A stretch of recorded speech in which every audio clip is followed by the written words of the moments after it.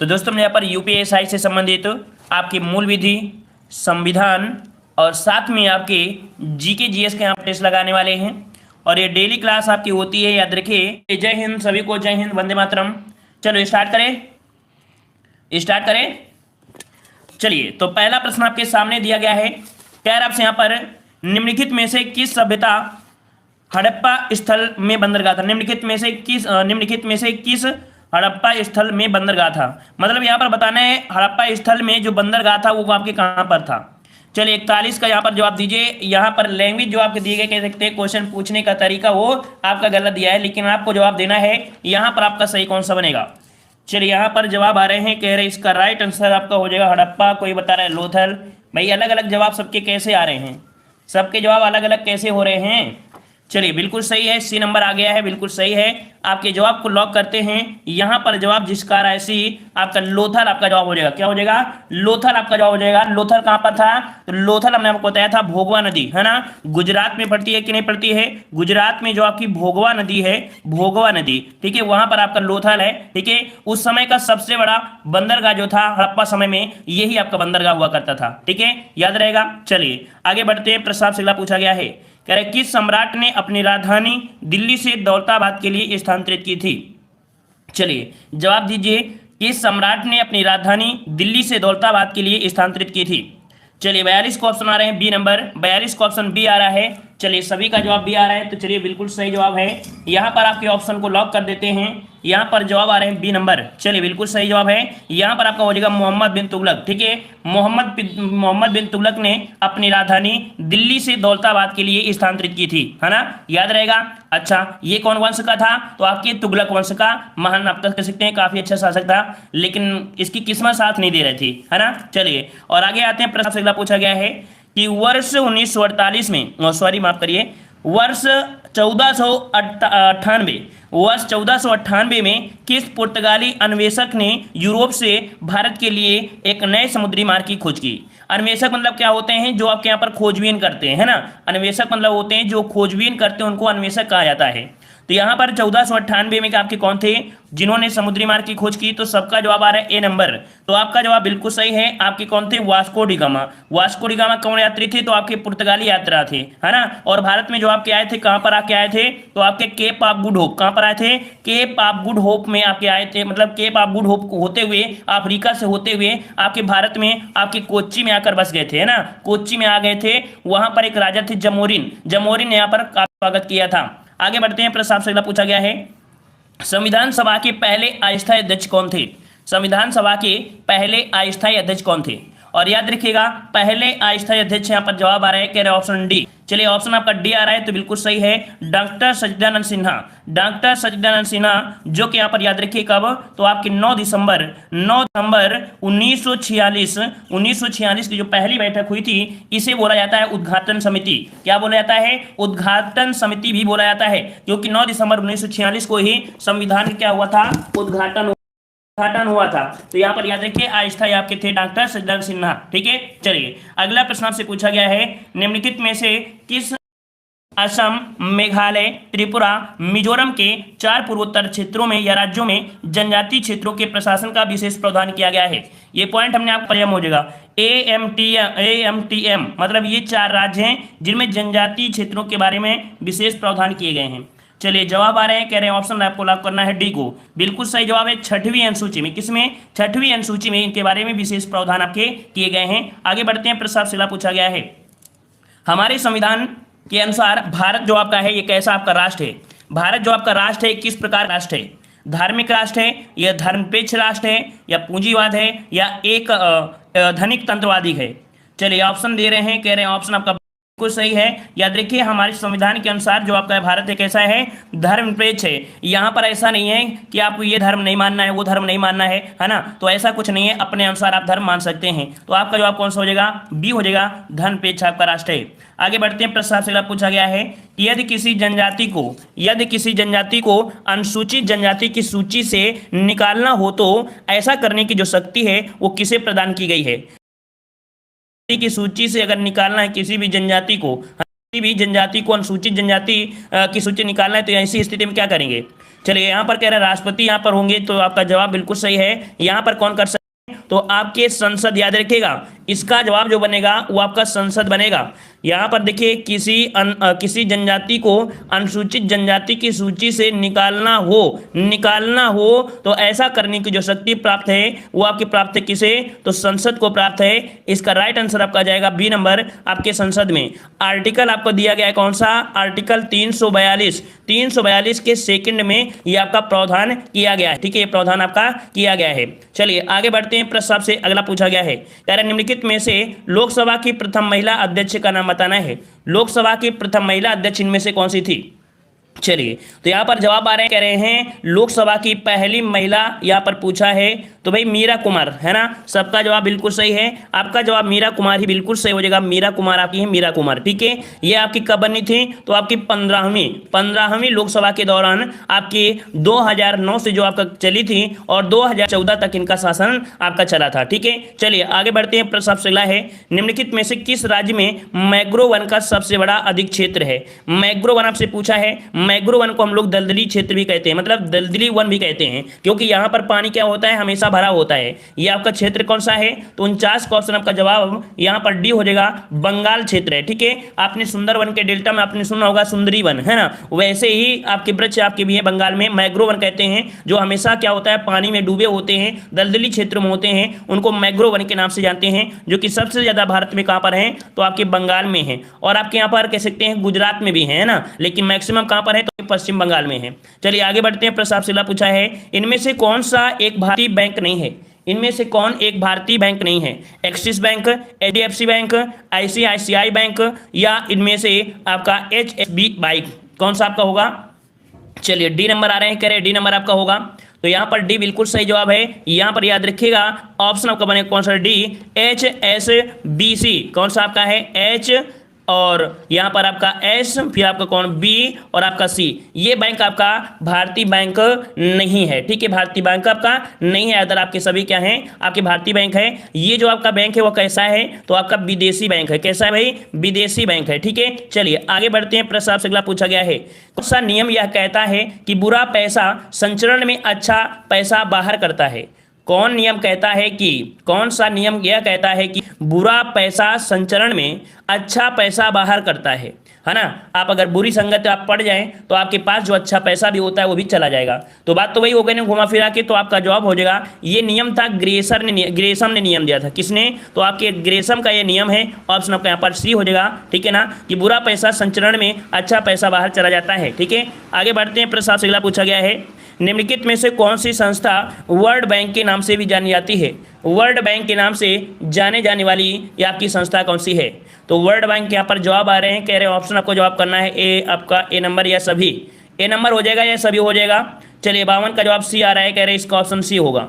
चलिए भाई 52 का सी कैसे होगा, यहाँ पर याद रखिए ऑप्शन आपका बनेगा A number, international bank for reconstruction and development, ठीक है। ये जो आपका है आपका जवाब बनेगा कौन सा, ए वाला आपका यहाँ पर हो जाएगा, ठीक है, ए नंबर आपका हो जाएगा। इसका दूसरा नाम आपका है, और क्या बोला जाता है, इसे बोला जाता है, दूसरा नाम होता है अंतर्राष्ट्रीय पुनर्निर्माण एवं विकास बैंक, मतलब कह सकते हैं IBRD के नाम से भी जानते हैं, IBRD के नाम से भी इसे जाना जाता है, ठीक है। स्थापना की बात करें तो इसकी स्थापना आपकी हुई थी आपकी 1945 को, ठीक है, और इसे विश्व बैंक भी कहा जाता है। ये पॉइंट आपको यहाँ पर याद रखना है। आगे आते हैं, प्रश्न आपसे अगला है, पार्षिक किसकी मापन इकाई है।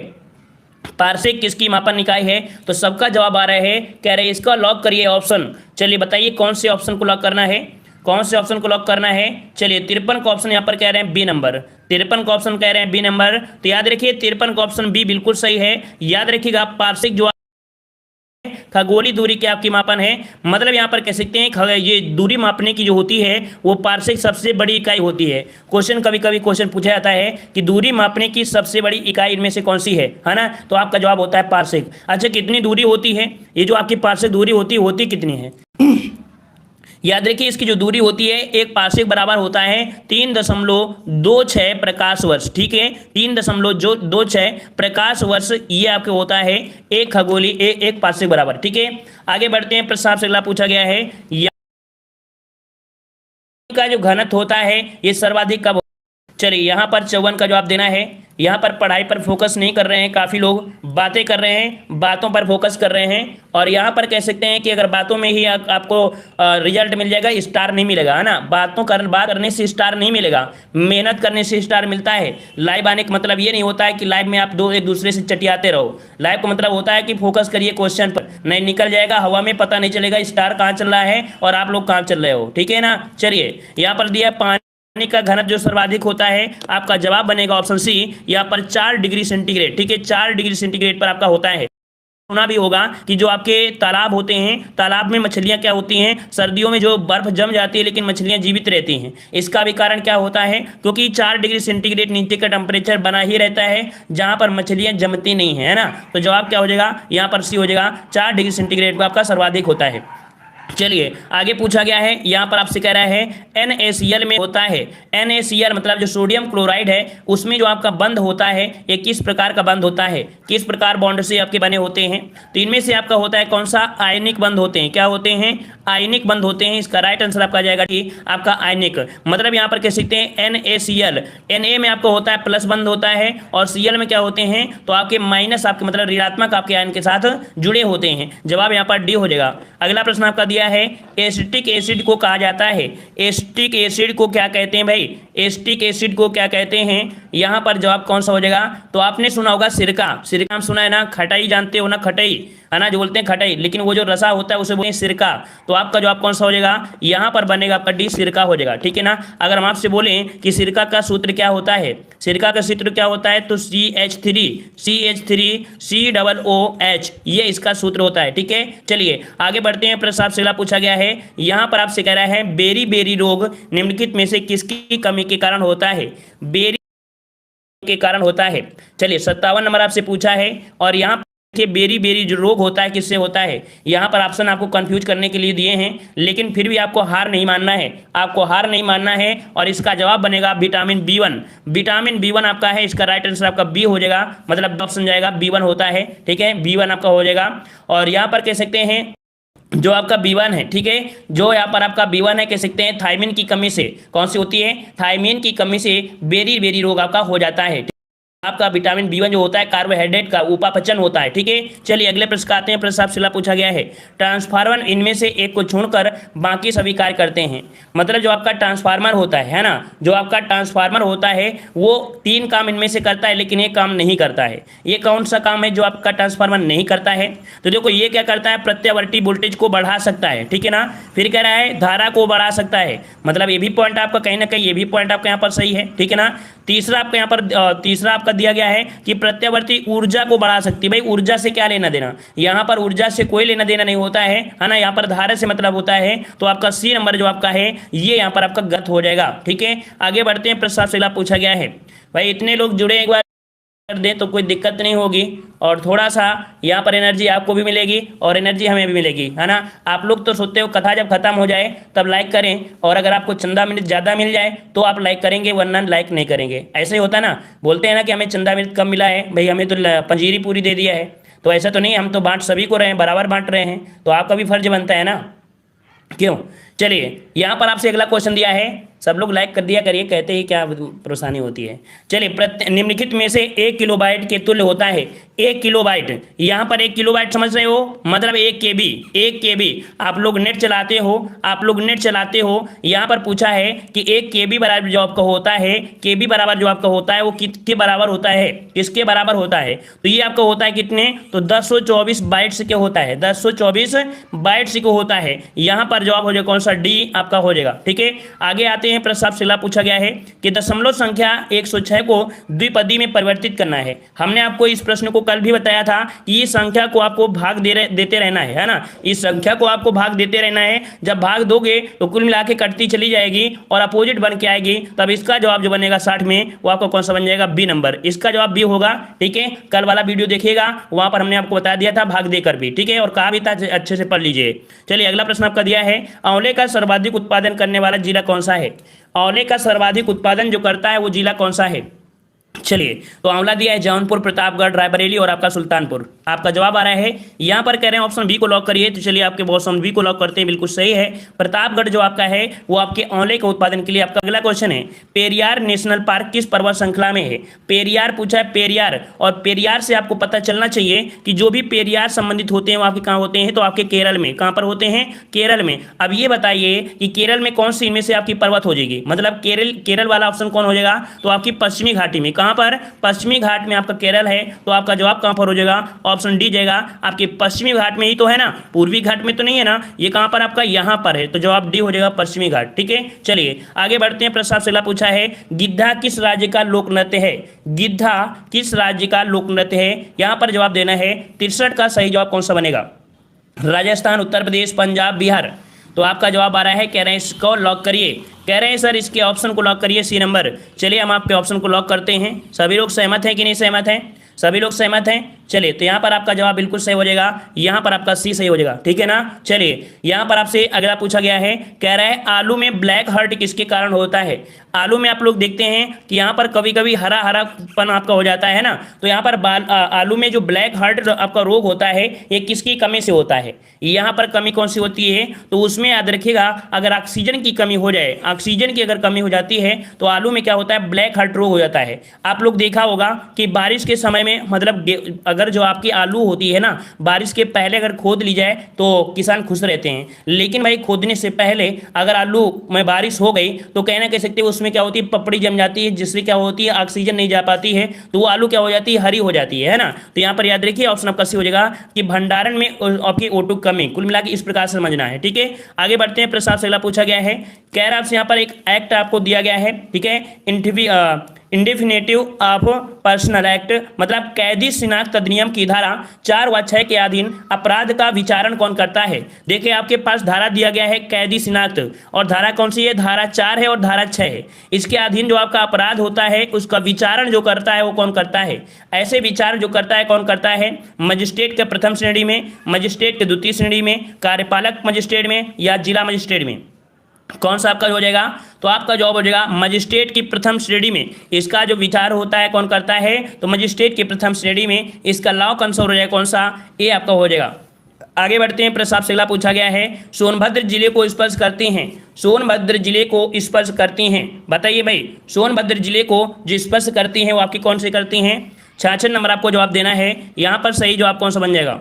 चलिए यहाँ पर 4 आपको दे रहा है, 4, तो 4 राज्यों की सीमा को स्पर्श करता है। बिल्कुल सही जवाब है, ऑप्शन आपका सी हो जाएगा। ठीक है, आगे बढ़ते हैं। प्रश्न आपसे अगला पूछा गया है, भारतीय दंड संहिता की धारा 53 किस विषय से संबंधित है? यहाँ पर 53 नंबर आपसे पूछा है, 53 नंबर आपसे पूछा है। जो आपकी धारा 53 है वो आपकी किस विषय से संबंधित है? चलिए यहाँ पर जवाब देना है। तो धारा 53 विषय के धारा में आपको संबंध दिया है कौन सा?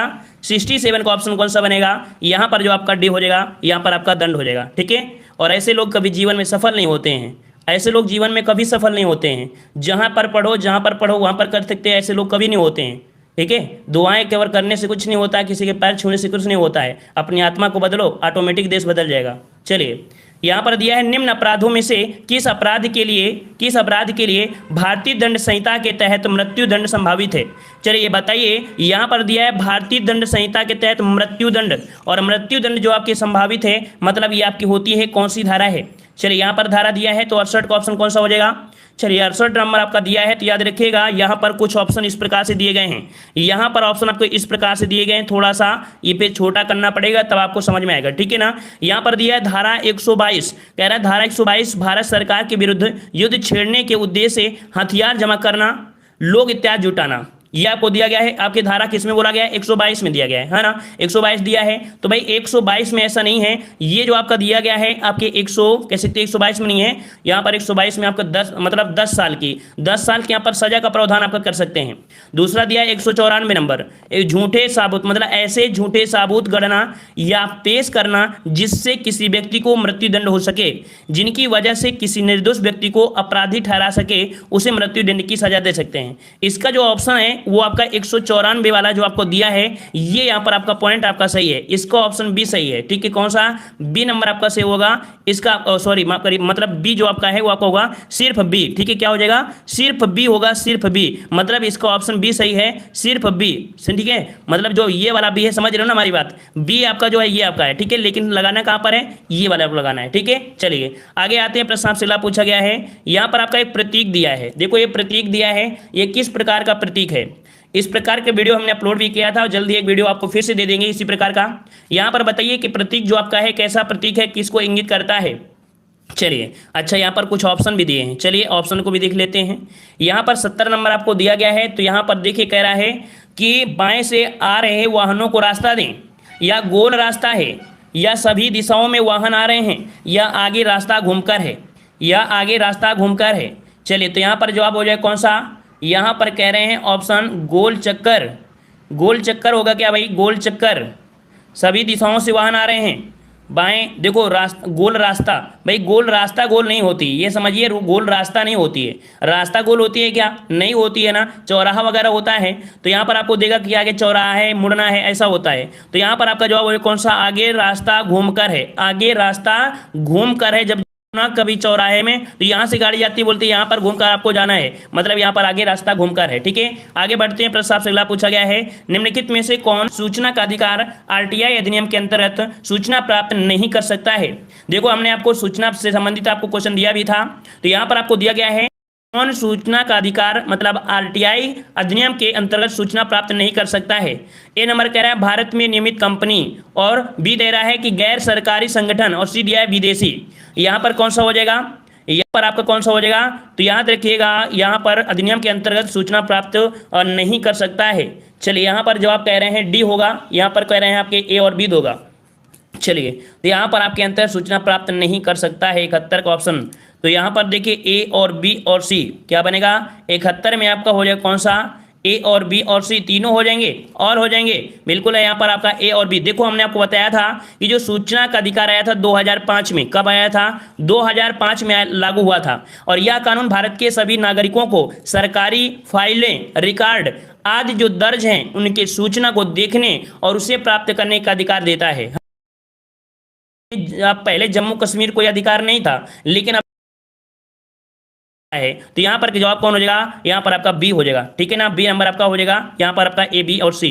चलो, और लेकिन हाँ अगर कंपनी वाले बोलते हैं कि हमारी ये प्राइवेसी है, क्या है, प्राइवेसी है, आप बोलोगे वो बोले कि हम नहीं दिखा सकते हैं, लेकिन प्राइवेसी वाले चीज़ वो नहीं कर सकते हैं, लेकिन मेन डाटा वो दिखा सकते हैं। ठीक है, आगे आते हैं। प्रश्न आपसे अगला पूछा गया है, यहाँ पर कह रहे मानव अधिकार कार्यकर्ता द्वारा दायर की गई किस जनहित याचिका ने इस बात पर बल दिया कि चिकित्सा के पेशे से जुड़े हर सदस्य का यह सर्वोपरि दायित्व है कि वह किसी भी प्रतिक्रियागत औपचारिकता की प्रतीक्षा न करके हर घायल नागरिक को जल्द से जल्द चिकित्सा सहायता उपलब्ध कराए। मतलब आप देखते हैं कि चौराहे में यहाँ पर किसी को अगर एक्सीडेंट हो जाए, है ना, किसी का एक्सीडेंट हो जाए या कुछ भी हो जाए, तो बोला करते हैं ना पहले रिपोर्ट बनवाइए, ये इस बनवाइए कि कैसे हुआ, है ना, तो वही चीज़ आपका दिया गया है। तो इस चीज के बोला है कि अगर घायल व्यक्ति हो तो उसको जल्दी से जल्दी चिकित्सा सहायता उपलब्ध कराई जाए। ये आपका कौन है, तो 72 का आपका जवाब कौन सा बनेगा, तो कुछ लोग यहाँ पर पढ़े भी होंगे, तो जवाब कह रहे हैं ए नंबर आपका होगा। तो इसका याद रखिए, इसका जवाब डी होगा, इसका जवाब डी, परमानंद कटारा बनाम भारत संघ। ठीक है, परमानंद कटारा बनाम भारत संघ ये कहा था कि हर एक घायल नागरिक को जल्द से जल्द चिकित्सा सहायता उपलब्ध कराई जाए। ठीक है, चलिए अगले प्रश्न का आते हैं। प्रश्न से अगला पूछा गया है, कह रहे हैं किस न्यायिक मामले में सुप्रीम कोर्ट ने कहा था कि कलात्मक स्वतंत्रता के नाम पर महात्मा गांधी जैसी ऐतिहासिक रूप से सम्मानित व्यक्तित्व के खिलाफ अश्लील भाषा का प्रयोग नहीं किया जा सकता है। देखो यहाँ पर बहुत लोग होते हैं ना, बोलते कहते हैं अरे यार वो गांधी अगर है, गांधी की वजह से देश ऐसा हो गया, है ना, बोल सकते हो, लेकिन अश्लील भाषा में अगर आप बोलते हो, है ना, अगर किसी प्रकार से बदतमीजी के साथ आप पेश करते हो, अगर गांधी जी का नाम लेते हो या किसी भी सम्मानी आपके जो आपके रहे हैं, तो ऐसी स्थिति में यहाँ पर कह सकते हैं कि आपको केस मतलब उनके खिलाफ आपको यहाँ पर जो केस होंगे, मतलब किसी केस के आपको दंड मिलेगा। ठीक है ना, और ये जो कहा था किसने कहा था, तो 73 का ऑप्शन राइट आपका बनेगा यहाँ पर सी। ये थे आपके देवीदास। ठीक है, देवीदास बनाम महाराष्ट्र राज्य, ये था ऑप्शन आपका यहाँ पर सी हो जाएगा। ठीक है, चलिए आगे पूछा गया है, यहाँ पर आपसे कह रहा है कि भारतीय संविधान लागू होने से पहले भारत का प्रशासन मूल रूप से किस दस्तावेज के अनुसार होता था। मतलब भारत में जो संविधान था ये लागू होने से, है ना, मतलब देखो पहले भारत में संविधान तो नहीं था, लेकिन संविधान लागू होने से पहले भारत का प्रशासन मूल रूप से किस दस्तावेज के अनुसार होता था? यहां पर 74 का जवाब कौन सा हो जाएगा? ऑप्शन डी, भारत सरकार अधिनियम 1935 के तहत ही आपकी सरकार चल रही थी। ठीक है, चलिए आगे बढ़ते हैं। प्रश्न आपसे अगला पूछा गया है, संसद सत्र से आरंभ होता है, संसद सत्र से आरंभ होता है, खाली स्थान भरना है। खाली स्थान में क्या भरना है? ये संसद सत्र दोनों सदनों में राष्ट्रपति के संयुक्त संबोधन से आरंभ होता है। राष्ट्रपति जब संबोधन स्टार्ट करते हैं, याद रखिएगा दोनों सदनों में राष्ट्रपति के संयुक्त संबोधन से ही आपका आरंभ होता है। तो आपका जवाब क्या बनेगा? 75 कसी हो जाएगा। दोनों सदनों में राष्ट्रपति के संयुक्त संबोधन से ही आपका कह सकते हैं कि आपका सत्र आरंभ होता है। ठीक है, चलिए आगे बढ़ते हैं। प्रश्न आपसे अगला पूछा गया है, निम्नलिखित में से कौन सा सूची का एक हिस्सा है? संघ सूची का इनमें से कौन सा एक हिस्सा है? चलिए संघ सूची दिया है, तो संघ सूची में किसको किसको रखते हैं?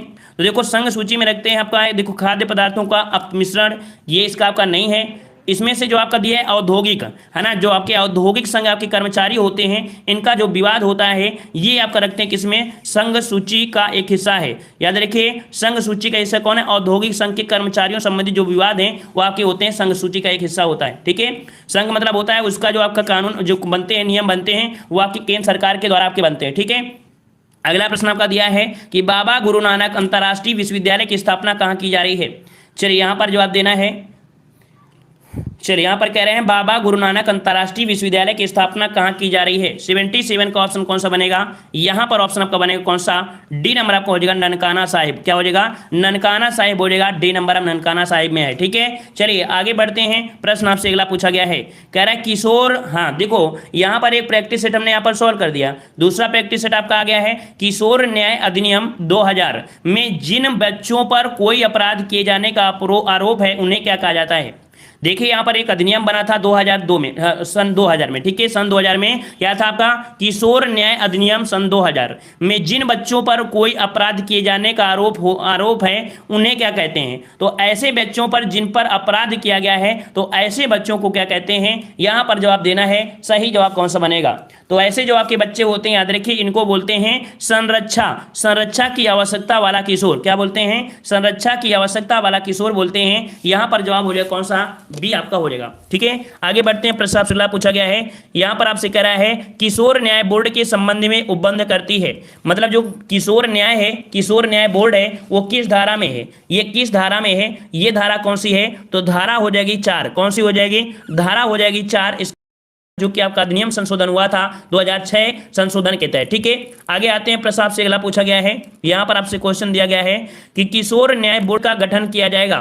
किशोर न्याय बोर्ड का जो गठन किया जाएगा ये किसके द्वारा किया जाएगा? केंद्र सरकार के द्वारा, राज्य सरकार के द्वारा, केंद्र व राज्य सरकार द्वारा, या राज्यपाल के द्वारा?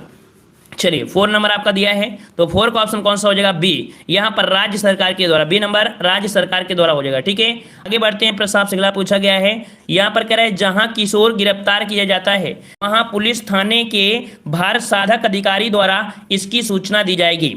जहां किशोर गिरफ्तार किया जाता है वहां पुलिस थाने के भार साधक, मतलब जो उस थाने का भार साध रहे हैं, मेन प्रभारी जो आपके हैं, उसके द्वारा सूचना दी जाएगी। किसको दी जाएगी?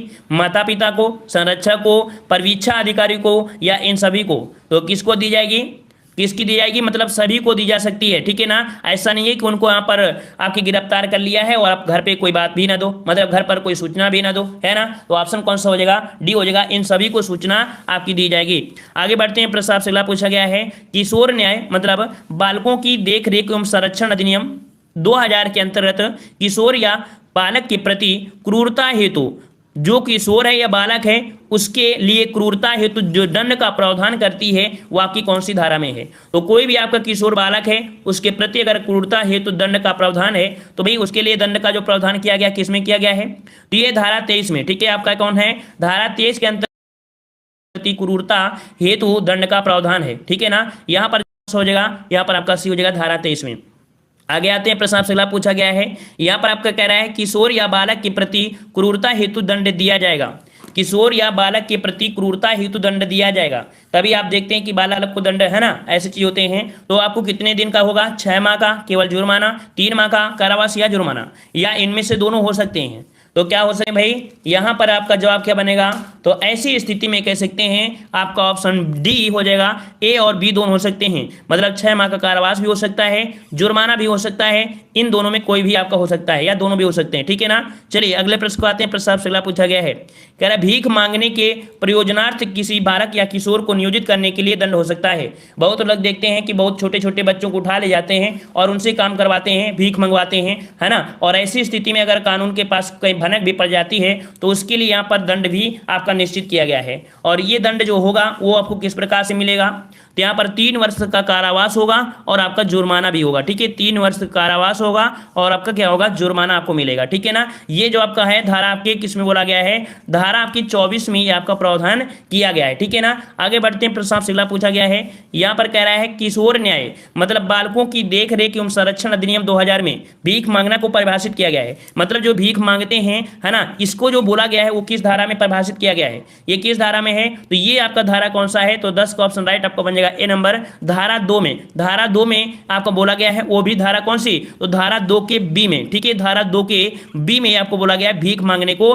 परिभाषित किया गया है कि किस प्रकार से वो भीख मांग रहा है। हो सकता है माता पिता ऐसे हों जो लाचार हों, वो कुछ नहीं कर सकते हैं, ऐसी स्थिति में बालक भीख मांगकर अपने माता पिता का सेवन कर रहा है, मतलब कह सकते हैं पेट भर रहा है, तो इसे भीख मांगना नहीं कहेंगे, है ना। लेकिन जो किसी अजीब तरीके से उठा कर ले जाते हैं या जबरदस्ती करते हैं, ऐसे में कह सकते हैं आपके यहाँ पर दंड का प्रावधान किया जाएगा। आगे आते हैं। प्रश्न से अगला पूछा गया है, यहाँ पर कह रहा है किशोर न्याय मतलब जो आपके बालक हैं उनके देख रेख जो संरक्षण है, यह अधिनियम से आपका 2000 के तहत आपको हुआ था कि बालक कल्याण समिति के गठन के संबंध में उपबंध करती है। मतलब यहाँ पर बालक कल्याण समिति, एक आपकी समिति है कौन सी, बालक कल्याण समिति के संबंध में जो आपका धारा है वो आपकी कौन सी धारा है, तो ये आपकी धारा है कौन सी, तो आपका जवाब हो जाएगा ऑप्शन 29, सॉरी ऑप्शन एक हो जाएगा धारा 29 में बाल कल्याण समिति का यहाँ पर जो गठन है उसके बारे में बताया गया है, आपका ए नंबर आपका हो जाएगा, ठीक है। आगे बढ़ते हैं। प्रश्न आपसे अगला पूछा गया है, कह रहा आपसे किशोर न्याय मतलब यहाँ पर देखो बालकों की देखरेख संरक्षण आपका अधिनियम है, मतलब यहाँ पर अगर बोल दिया जाए बालकों की देखरेख संरक्षण अधिनियम 2000 जो आपका है ना,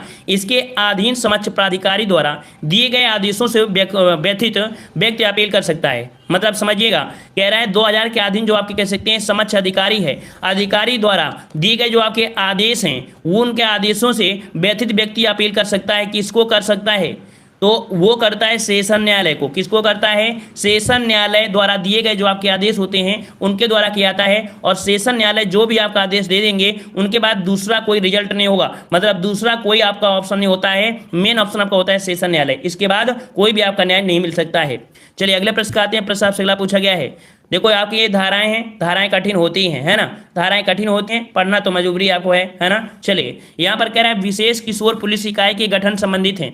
चलिए यहाँ पर आपसे कह रहा है, कह रहा है आपसे यहाँ पर कि विशेष किशोर पुलिस इकाई के गठन से संबंधित जो आपकी धारा है, यहाँ पर किशोर से, है ना, विशेष किशोर पुलिस इकाई के गठन से संबंधित जो धारा है वो आपकी कौन सी धारा हो जाएगी, धारा 62, धारा 63, धारा 64 या आपकी 65, तो इसका जवाब सही बनेगा कौन सा, बी नंबर धारा 63, ठीक है। धारा 63 में कि विशेष किशोर पुलिस इकाई के गठन का प्रावधान किया गया है, इसका राइट आंसर आपका यहाँ पर बी हो जाएगा, ठीक है, बी नंबर आपका हो जाएगा। वहीं पर जो आपके 62 नंबर में है तो उसमें क्या है, केंद्र राज्य जिला और नगर सहकारी बोर्ड आपके होंगे, ठीक है। चलिए आगे बढ़ते हैं। प्रश्न आपसे अगला पूछा गया है, हाँ बस इतने क्वेश्चन हमने आपके इसमें लिए थे, ठीक है ना, इतने आपके क्वेश्चन लिए थे। मतलब पहले हमने यहाँ पर 40 प्रश्न को आपको प्रैक्टिस सेट सॉल्व करवाया है, उसमें भी आपके यहाँ पर क्या थे, तो आपके यहाँ पर जो मूल विधि क्वेश्चन थे, है ना, मिक्स क्वेश्चन थे।